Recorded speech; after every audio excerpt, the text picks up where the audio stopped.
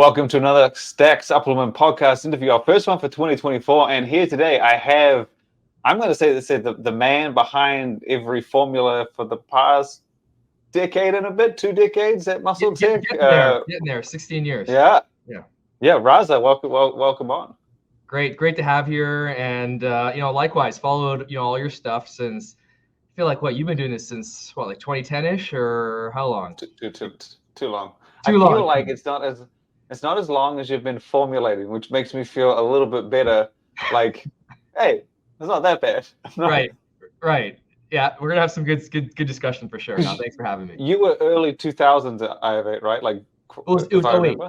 08 when I got it. So not that early. So like right around the Pro Hardcore series, you had the stack, the NitroTech CellTech bundle box. Oh yeah, of course, yeah.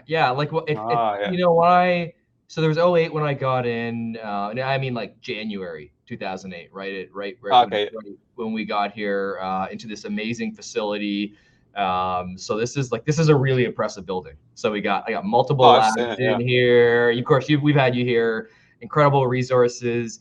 But yeah, the Pro Series stuff. But the stuff that really sticks out for me was like, if you remember, like our concentrated series. Now that was like, are we talking the NeuroCore, the black and yellow, man, and the black and yellow, and the reason why is because for me that's when I realized like my role was really, really critical. Like I got into this industry saying, hey, I want to make the best products, stuff that work.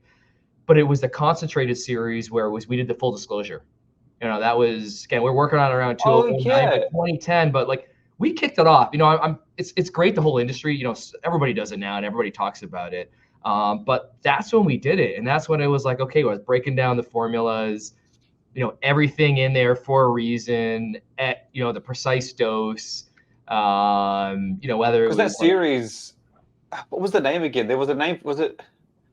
There was a name for the whole series. Was it? Well, we called it the concentrated series, and then just concentrated series. Just the concentrated series, but and then internally, the black and yellow, it was pretty memorable. So it was around that time when I kind of got my hands into everything. Because it was around like DMA Era, if I remember correctly. Yeah, we kicked it off with geranium. Yeah, we had geranium in there. It was NeuroCore. And like I remember that so vividly because MuscleTech was not mainstream, but it was everywhere. It was a big brand. So for you guys to do something that almost felt like it was, I guess what you would call today or consider today as hardcore, like it was pretty edgy considering MuscleTech,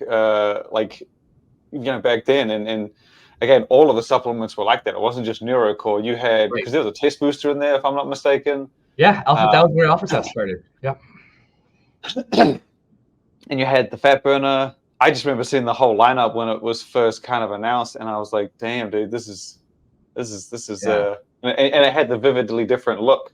Like it was completely distinct from anything else we had done. Yeah. We had this hydroxy stem, the nano stem, pump fill. It was fantastic. So good era. I mean, 28 years, right? There's a few companies been around this long, that we can kind of look back. It's minuscule, I think, is probably like it's in comparison to how many brands are out there now. I did this the other day. There was a couple brands collaborated, and I was like, oh, it's cool to see that there's this brand that's been around for a while. And then I was like, hold on a second, both of these brands have been around for more than a decade, and I was like, that's substantial, because I don't think Ghost has been, like the likes of Ghost hasn't been around for 10. I don't think Redcon 1's been around for 10. No, Rise hasn't been around for 10. Which is wild to think that like that's the case these days. Is crazy. Right. Gyms. I think Gyms are 10. Gyms 10. Yeah. They would be for sure. They were 10 last year. I think that's where the Gym X, PGM X, I think came about. Right. But so you guys, been around for a while. And I think the one thing that I've always liked about MuscleTech is like. You do. I'm going to simplify it because that's just how I see it. But like, you've always got these exclusive ingredients, and you've kind of pushed the science and the ingredients throughout. Like that's always just been a MuscleTech thing throughout the years. That's obviously changed the way you present it. And obviously, last year you had, well, not last year, the year prior, you obviously had the Infinity Paraxanthine in Euphoric and Burn IQ. And yeah, like, is that something that you guys are constantly doing? I was always curious because obviously you don't just stumble into ingredients people haven't used before. You guys are always on the hunt to be like, this is what MuscleTech does. Like, this is just part of what we do. And that's it. Like that part's pretty much like in our DNA, like always being on the lookout, for the, the really the newest technology. Like what is the new science, the new ingredients that are going to help people, put on more size, put on more strength, overall performance. And, I'm always scouring the literature. I got an amazing team. We're scouring the literature. We got great partners, but like we're always want to be, okay, if there's something really special, we want to bring it to market, and we do want to bring it first, right? Like we want to introduce it. Yeah. And it kind of goes back to like, it's our passion. Like we love it. Right. So like, if you look at all the ingredients that we've launched, and I'm super proud, like when I think about the stuff that we brought to market, going back to, I got my Clear Muscle here, like I mentioned that the other day when I was like, oh, this is just something they do. And I was like, I remember the Clear Muscle reveal and the whole hype behind it. Yeah. Very similar. Like I said, you just kept it consistent. Yeah. So I go back, like I figured that. So let's talk about the last decade. So starting, it was with that. Then we brought peak ATP to market first, phosphatidic acid, nitrogen, Shilajit, Prima V. People don't even realize, like I started putting that to test boosters. We did that first. And then, there's many more along the way, but of course, paraxanthine, and then now, the DL185 we're going to get into. Here we go. So yeah, this is all leading up to something. This is the Peptide 185 featuring DL. You got it. 185. Now, I obviously understand leucine. I think most people who know supplements know what leucine is. One of the three all-important BCAAs, and it's been a part of the MuscleTech lineup. Well, leucine specifically has been in MuscleTech supplements for years. This is obviously quite different. Dileucine, I believe, is the well, there was the longer name, but I prefer that one much better. Easier, yeah. So the studies showed it was a pretty substantial jump. So was it like 159%? Was 159%, 139%, 159% compared to standard, and then it was the 60% compared to regular leucine, right? Yeah. So significant boost that was boosted muscle protein synthesis.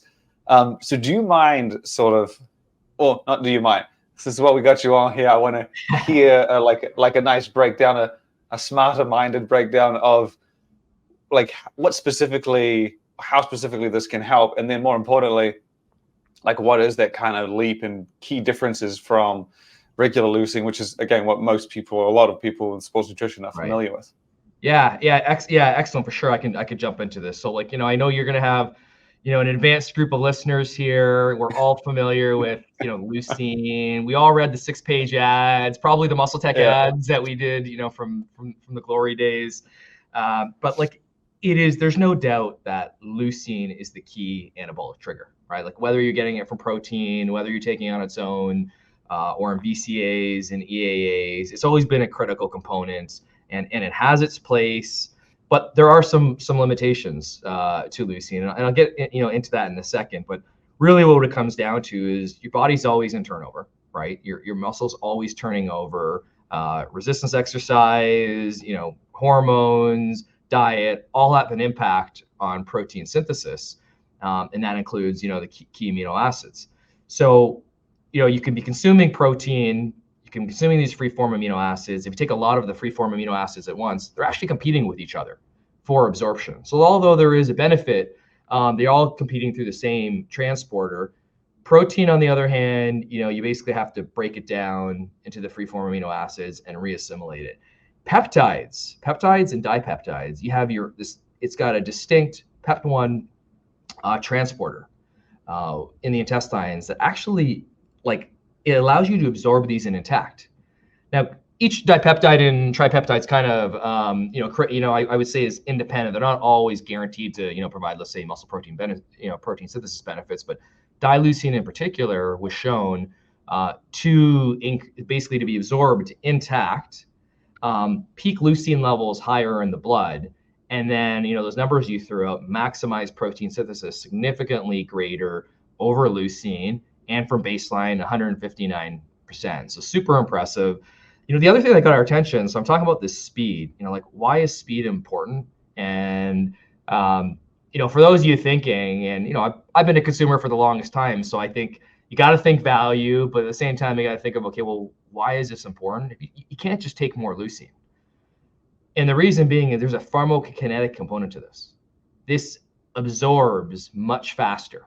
So we're saying that this doesn't just break down into 2 leucine molecules and then you absorb it. You're absorbing actually dileucine direct.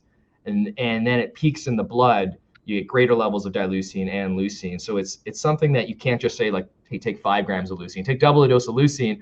It should be comparable.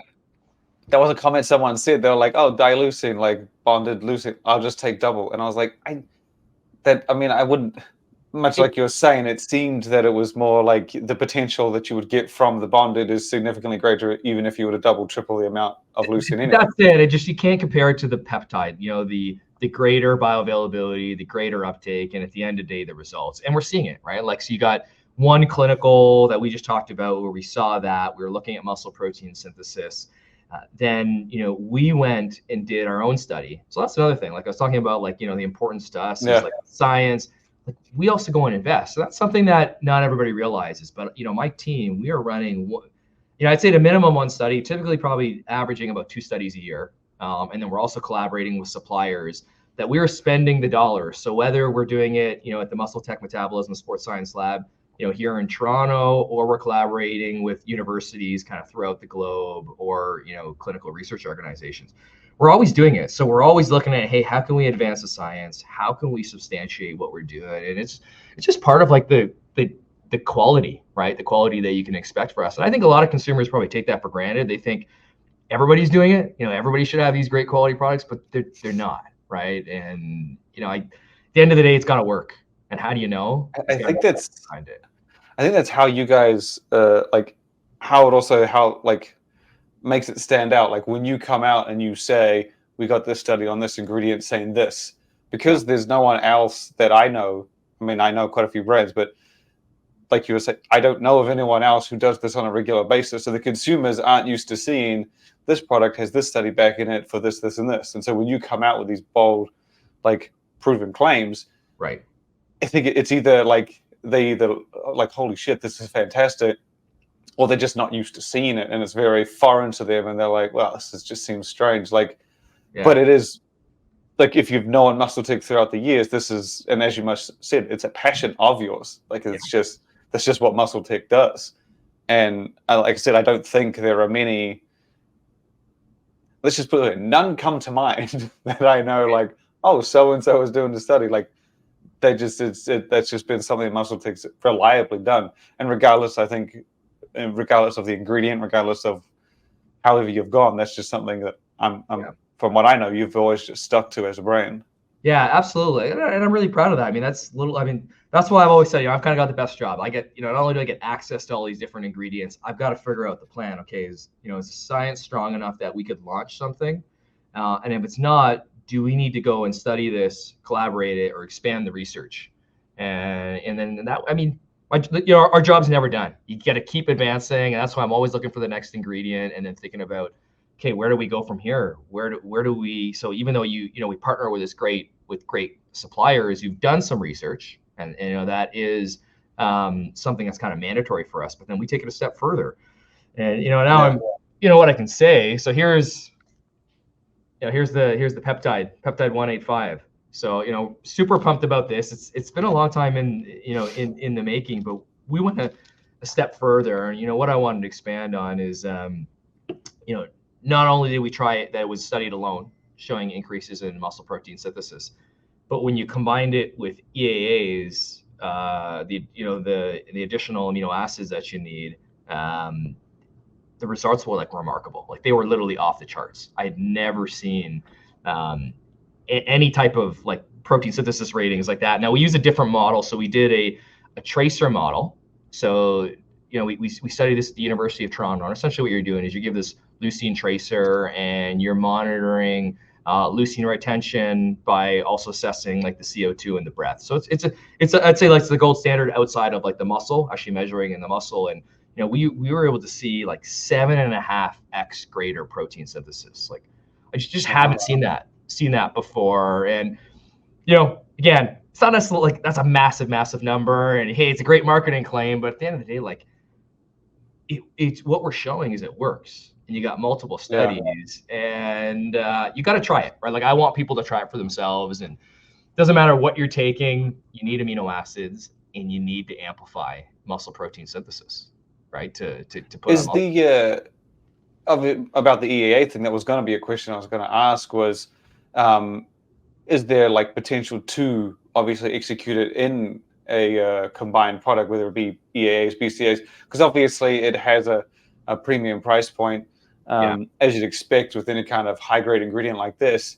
And you also put it in capsules. I was curious, like it seems like I like the execution of it because it has that different look. It has that like, this is kind of worth it type feel. But I was also curious, is it something that can be easily as flavored, or can it even be put in like a flavored form? Or is this like, was it a forced choice with the capsules? No, I think it, you know, there's an evolution here, and I can definitely see doing more from a portfolio perspective. Really what it was is we wanted to get it out there. Like we're like, this is just incredible. And it's like, you can go in flavor, you can add it to all these other stuff. And it'd take too long. It would take longer, and it'd be more expensive, you know, even more expensive. So we just had to like, it was kind of like the least path of resistance, but like we knew it's a low dose, so it can work. I mean, you know, you're taking 3 capsules, which is nothing. It's not like, in fact, for those listening who remember the old Leukic, like, you know, you had to take a lot more than that, right? You know, like 6. That was what I was going to bring up, was that because that was a common question. Because as I said, leucine has been in MuscleTech supplements for over a decade, and it hasn't been just leucine. Obviously, you had that entire Leukic series, which obviously was paired with GAKic and Creakic, but Leukic also evolved as well, because I remember correctly later in the back end, there was versions with other things like melatonin. You had like a nighttime twist to it. I'm talking like way further away from the original. But like it was, so maybe go into detail about the differences there, because if I remember correctly, it was just Leukic was just leucine with a few other components, or like I'm going off very distant memory here. Yeah. No, you're right. It was always leucine with the keto isocaproic acid, so the KIT component in there. And if you know, we also had Creakic at the time. It was kind of similar story. Yes, the creatine plus the KIC added. And then you're right, when we did like the Leukic hardcore, and again now I'm really testing my memory too because it's been a while. But we the research on melatonin was related to growth hormone. That when you take very low doses of melatonin, you do increase GH naturally in the body, and that was kind of the angle. So it was all sticking with the growth factor element of it and the positioning. So it was interesting. It was a neat concept. What we were doing there, and listen, I was popping Leukic all the time, and then and the one thing you noticed was strength increases. Like it was, and that's kind of similar with, you know, the Peptide 185. It just, you're taking way less. So like it's ultimately like you're getting. It's also that Leukic had those beautiful, they were gold, right? The golden tablets, if I remember. Yeah, they were large. They were nice. Tablets. Yeah. Oh, they were large. Yeah. You got used to it though, because it was similar across the other ones as well. But it was you know, talking about three capsules easy to swallow. Leukic was a different story, but it was different. But you're also like, it's a different era, right? So it was like, oh no, 100%. People were talking about taste and like collaborations like they are now. It was just like, just give me the stuff that works, right? Like, what am I gonna? That's what it was about. So like, it was almost the bigger, the badder, the better, right? And when it, I mean, yeah, and you had again, just another history, like that box set of the 3. That was a thing of beauty. I remember seeing that back in, we're going back again, way back. But which one was that? What were you thinking? You had the stack, didn't you, Luke? The muscle building stack. Yeah, I wish I had that now. Cool. I got that in one of our rooms here. I know exactly what you're referring to. But yeah, the Peptide 185. The other point that I was curious about was obviously the production is a different story of dileucine versus leucine. Is it something that could even, as you said, if prove successful and you could evolve into flavored or a combination with other aminos? Is there a potential to do like a dye BCAA, I guess, if that makes sense, like each of the 3 BCAAs? Or obviously that might raise the price, or not obviously, I would think it would raise the price, but yeah, well, is that that's it. like With any new raw material, like you got to start. Okay, we want to get it out there because like we know people are going to get phenomenal results. So let's get this in people's hands, get it out fast, which means we're not necessarily in a position where we could scale. So it is going to be pretty limited quantities to start. Yeah, that was what I was curious. I was like, is it a technology per se, or is it just the ingredient that this is sort of you're working with? Like, could it be applied to other things, or is it just dileucine? Yeah, it is just the ingredient, but it's the first time Yeah. it was manufactured. Yeah. So there's just a bit of learning curve, a bit of scale, working with the manufacturer. But like the goal is to absolutely get this into more products, over time. But we want to get out there right now. Capsules super simple. Like, and I think in terms of when we're talking about peptides, like there's so much buzz around peptides, and again for good reason, because we talk about how they absorb, how they're efficacious, but there hasn't been really, in terms of like the supplement space, anything unique out there, right? Like we can name the top of the muscle builders, the key muscle builders. There just hasn't been out there. And, as a, someone in the industry, but also just someone who, who not just loves the science, but just wants to get something out there that people can experience these results. That's why I'm so excited. So like, I love the pill capsule going around because it's, I'm sitting here drinking my, my EAAs as well. And I can take 3 of these with it and just kind of amplify, that experience, and knowing that, well, it's not really going to compete because it's a peptide for absorption. I'm just going to get better signaling. And so this was the price was obviously, like I said, on the premium side. If I'm not mistaken, it was $89.99, right? It was. That's right. Yeah, and that's at all retailers because and MuscleTech and everything. Well, the initial strategy right now, and again, it has to do with quantities. We're starting get it out there, with our website to get it out, and then you're going to see it expand on e-commerce, and then select specialty retailers, and later in the year. This is a more specific, not even a nerdy question. This is more of a regulatory question. How does it do internationally? Because I know, like, I would think it would be the same as leucine, right? But I've seen stranger things happen in foreign countries where you would think, okay, it didn't work. So, like, is it something as simple as it gets into everywhere?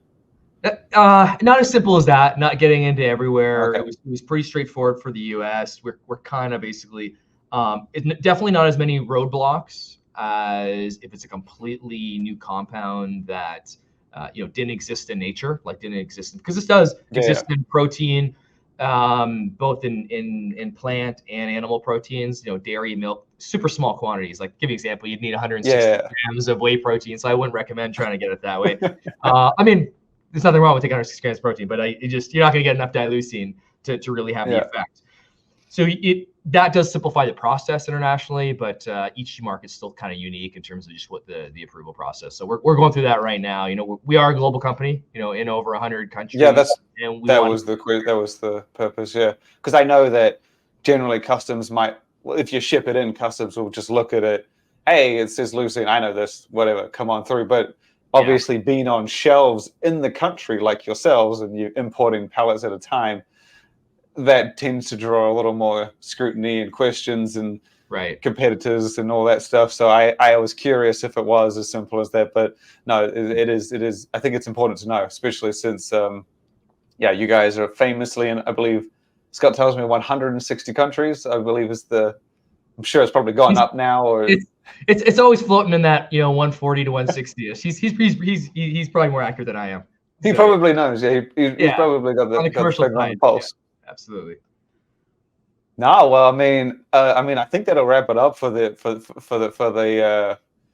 Peptide 185. I think it was great to have you explain it, and I think because I saw a lot of comments, and as I mentioned, any time you can pair a product with an actual claim, especially something that's again, that people aren't used to seeing. It tends to draw a lot of questions, and sometimes people don't ask the questions and just assume. And I think it's important to answer pretty much a lot of what you said. The difference, like, this isn't just loop kick. This isn't just, double dose leucine.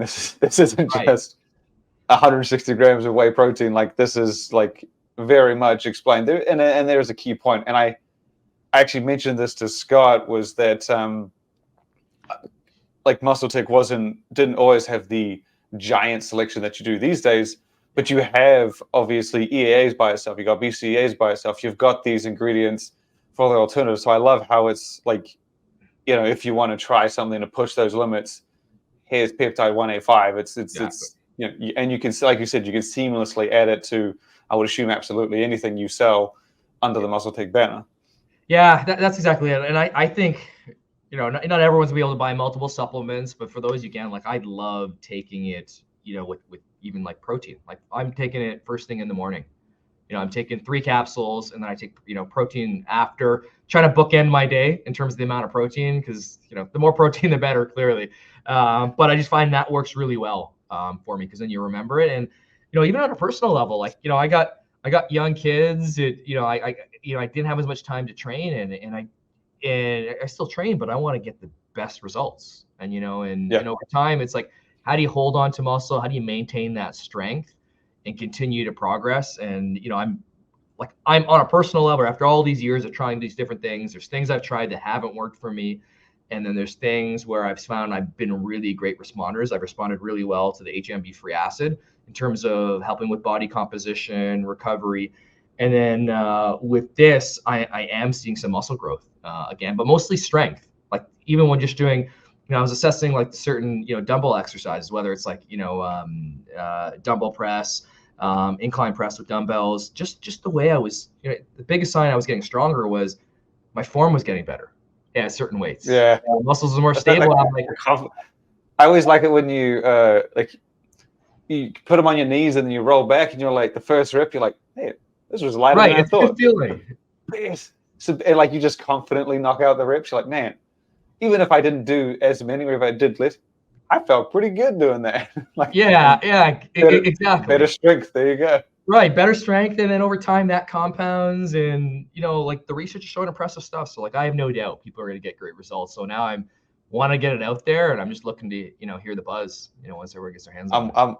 I'm signing myself up. Just I'm gonna message Scott right after this. Just to, like, dude, send me a stack. I'll give it. I'm always down to spend more. In fact, 80% of the supplements that I use, I buy myself all the time, and I'll spend money where I can get 1%, 5%.